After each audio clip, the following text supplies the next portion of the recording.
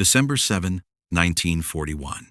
Attack on Pearl Harbor erupts in chaos. Explosions rip through the harbor, battleships burn, and the U.S. Pacific Fleet is left crippled in a matter of hours. Smoke fills the sky as Japan seizes control of the Pacific, advancing with confidence and speed. America is stunned, wounded, and unprepared for what comes next.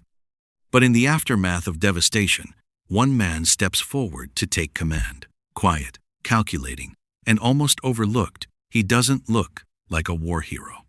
Yet within months, this admiral will outthink Japan's greatest strategists and begin turning the tide of the war. Then came Chester W. Nimitz.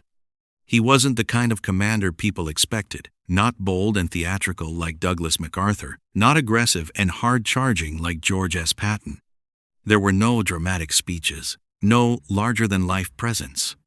Instead, Nimitz was calm, analytical, completely unshakable under pressure. While others reacted with emotion, he relied on logic and precision. Just weeks after the disaster at attack on Pearl Harbor, he was appointed Commander-in-Chief of the Pacific Fleet. It was one of the most difficult assignments in American military history. The stakes couldn't have been higher. The United States was on the defensive, struggling to recover. Meanwhile, Japan dominated the Pacific, advancing with confidence. And now, the responsibility to stop them rested on him. By early 1942, Japan's expansion seemed unstoppable. Across Southeast Asia and the Pacific Islands, their forces advanced with speed and precision, capturing territory after territory. Airfields, naval bases, supply routes, everything was falling into their hands. The United States faced a harsh reality. Its fleet was still recovering, many ships damaged or destroyed after attack on Pearl Harbor. It had fewer aircraft carriers, limited resources, and a shaken sense of confidence.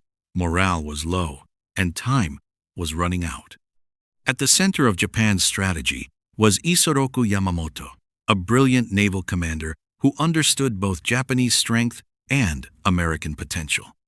He was bold, calculating, and already one step ahead. This created a daunting challenge. How do you defeat a superior, fast-moving enemy across the largest ocean on Earth? Deep in the secret rooms of Station Hypo, American codebreakers were racing against time. They were intercepting and decoding Japanese messages, piecing together fragments of an enemy plan. The information was incomplete, uncertain at best, but it was all the United States had. Chester W. Nimitz faced a critical choice. He could stay defensive, preserving what remained of the Pacific Fleet, or act decisively, using the partial intelligence to strike back. Trusting the skill of his analysts, Nimitz chose risk. He positioned the few remaining carriers in the path of the Japanese fleet, setting a trap at Battle of Midway. It was a gamble with everything on the line. If he was wrong, the U.S. might lose its last hope in the Pacific. But Nimitz was calm under pressure. He bet everything on a hunch backed by fragments of code. June 1942. The Pacific trembled as the Battle of Midway erupted. Aircraft carriers clashed, planes screamed across the sky, and explosions lit the ocean like fire. Hours passed with uncertainty as both sides struggled for advantage. Then came the pivotal moment. American dive bombers, arriving at precisely the right time, caught the Japanese carriers completely off guard. Planes were fueled and armed on deck, vulnerable to sudden attack. Within minutes, bombs tore through the decks, igniting massive explosions that sank one carrier after another. 4 Japanese carriers central to their offensive were destroyed in a single decisive strike. The result was seismic. Japan's momentum halted. They shifted from an aggressive offensive to a defensive posture, forced to retreat and regroup. For Nimitz, this wasn't just a victory. It was the turning point of the Pacific War. With strategy and timing, he didn't just win a battle, he changed the course of history. After Midway, Chester W. Nimitz turned his attention to a long-term plan. the island-hopping strategy. Instead of attacking every Japanese-held island, he focused on weak points, key islands that offered strategic value, like airfields and supply bases, while bypassing heavily fortified positions. This approach allowed the U.S. to advance across the Pacific efficiently. Campaigns such as the Guadalcanal campaign tested the strategy, establishing critical footholds, while later operations like the Battle of Iwo Jima brought American forces closer to Japan itself. By carefully selecting targets, Nimitz minimized casualties and maximized the use of naval and air power.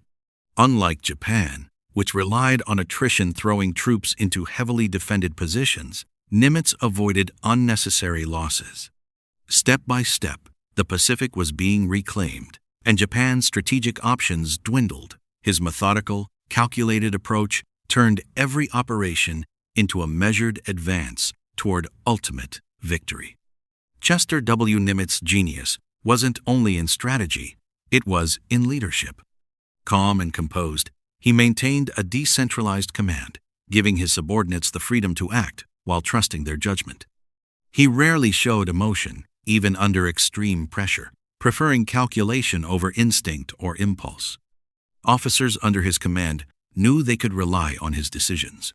There were no dramatic orders shouted across the deck, no panic-driven commands. Instead, there was clarity, precision, and confidence. In battle, this approach mattered as much as any weapon. It allowed his commanders to respond to changing circumstances without hesitation, keeping operations flexible and effective. As one historian put it, he didn't shout, he didn't panic, he simply made the right decisions. Nimitz's calm leadership style became a force multiplier, turning careful planning into decisive action and ensuring that every move in the Pacific counted toward victory. By 1945, the United States, guided by Chester W. Nimitz's strategy, was closing in on Japan. Step by step, island by island, the Pacific had been reclaimed, and Japanese forces were increasingly isolated and desperate. Nimitz oversaw the final operations, coordinating naval and air power to secure key positions while minimizing unnecessary losses. His leadership ensured that the U.S. maintained momentum, striking decisively where it mattered most. Every victory brought Allied forces closer to Japan's home islands, setting the stage for the ultimate conclusion of the war in the Pacific.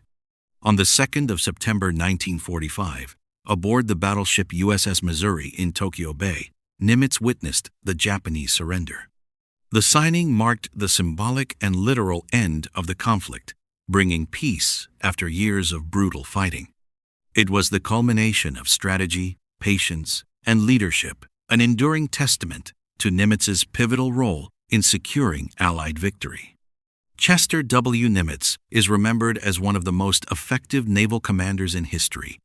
His calm, calculated approach and innovative strategies not only won battles, but reshaped how naval warfare is studied to this day. Military academies continue to analyze his decisions, from code-breaking intelligence to island-hopping campaigns, as examples of foresight and precision. While others relied on sheer force, Nimitz relied on strategy, patience, and clarity of thought. Every move he made was deliberate, every risk measured, and every victory a testament to careful planning. In the end, his legacy is simple but profound. While others fought with force, Nimitz fought with foresight, and that made all the difference.